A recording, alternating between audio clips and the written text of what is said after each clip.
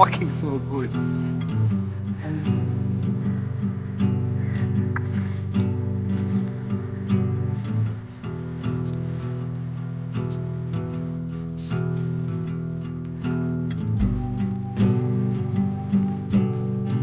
I'm loving this.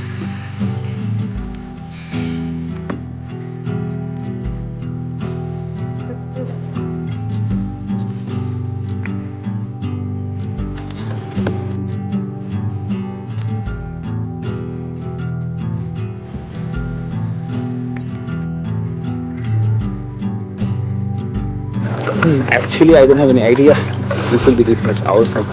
I just tried, and trust me, you must try this.